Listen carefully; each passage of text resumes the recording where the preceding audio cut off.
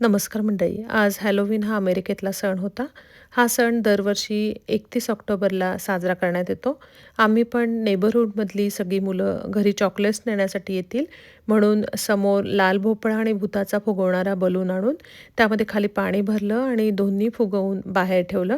संध्याकाळी 6 वाजल्यापासून मुलं चॉकलेट्स नेण्यासाठी येतील म्हणून चॉकलेट्ससुद्धा बाहेर आणून ठेवली. हा सण साजरा करण्याची इकडची पद्धत जरा वेगळीच आहे. लोक भीतीदायक वेश परिधान करतात आणि घरोघरी जाऊन ट्रिक ऑर ट्रीट असं म्हणून चॉकलेट्स, कँडी घेतात. ही चॉकलेट्स गोळा करण्यासाठी लाल भोपळ्याच्या रंगाची आणि आकाराची बॅग सगळे मुलं घेतात. दारासमोर प्रत्येकाच्या अंगणात लाल भोपळा कापून त्याच्या आवरणाला डोळे, कान, नाक, तोंड काढून त्याचं डेकोरेशन हे लोकं करतात आणि सगळ्यांच्या घराच्या बाहेर लाल भोपळे तुम्हाला इथे दिसतील आणि हे डेकोरेटेड केलेले लाल भोपळे असतील. याला जॅक-ओ-लँटर्न असं म्हणतात. पूर्वीच्या काळी भूत-प्रेत यांना हाकलवण्यासाठी लोक शेकोट्या पेटवत आणि जाळ निर्माण करत विविध भीतीदायक वेशभूषा लोकं करत असत. या दिवसात लाल भोपळ्याची कापणी केली जाते.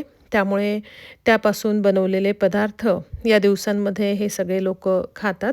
तुम्हाला आता म्हणजे हे सगळं फिरून झाल्यानंतर गाडीने पूर्ण नेबरहूड मी तुम्हाला फिरवून आणते आणि नेबरहूडमध्ये कशाप्रकारे डेकोरेशन केलेलं आहे ते सुद्धा तुम्हाला आता बघायला मिळेल.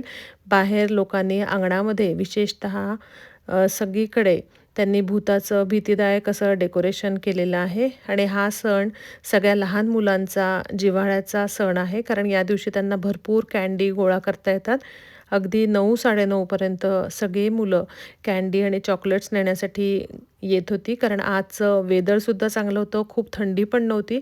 त्यामुळे बरीच मुलं आज येऊन गेली मागच्या वर्षीच्या म्हणजे कंपेअरमध्ये. अशा प्रकारे इकडे हॉलोवीन हा सण साजरा करण्यात आला. धन्यवाद.